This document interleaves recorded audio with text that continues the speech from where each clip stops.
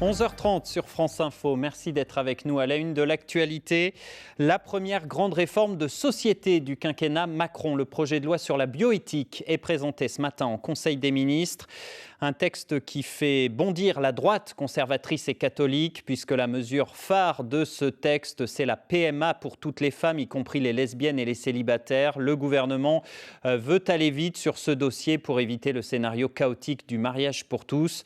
Ce projet de loi sur la PMA sera débattu à l'Assemblée nationale à la rentrée en septembre.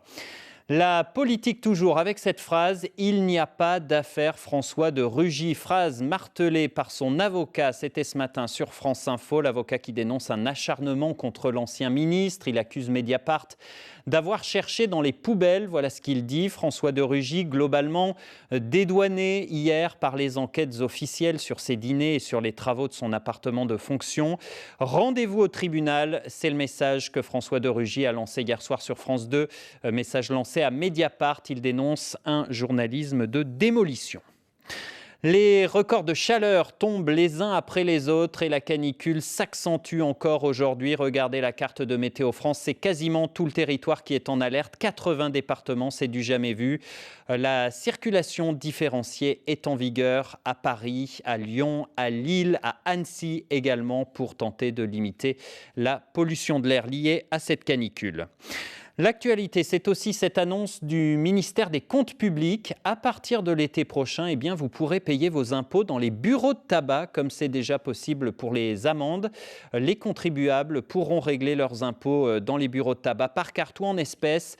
Une nouveauté pour faciliter la vie notamment des personnes âgées qui ne passent pas par Internet. La passation de pouvoir au Royaume-Uni, c'est aujourd'hui que Theresa May cède sa place à Boris Johnson, le nouveau Premier ministre conservateur, connu pour ses dérapages et pour ses gaffes. Boris Johnson qui a rendez-vous d'abord à Buckingham avec la reine avant de s'installer au 10 Downing Street, lui qui promet un Brexit au 31 octobre. Le coup d'arrêt pour Nissan, secoué par l'affaire Carlos Ghosn, le constructeur automobile est en difficulté. D'après la presse japonaise, le groupe japonais envisagerait de supprimer 10 000 postes dans le monde, ce qui équivaut à 7% des effectifs de Nissan.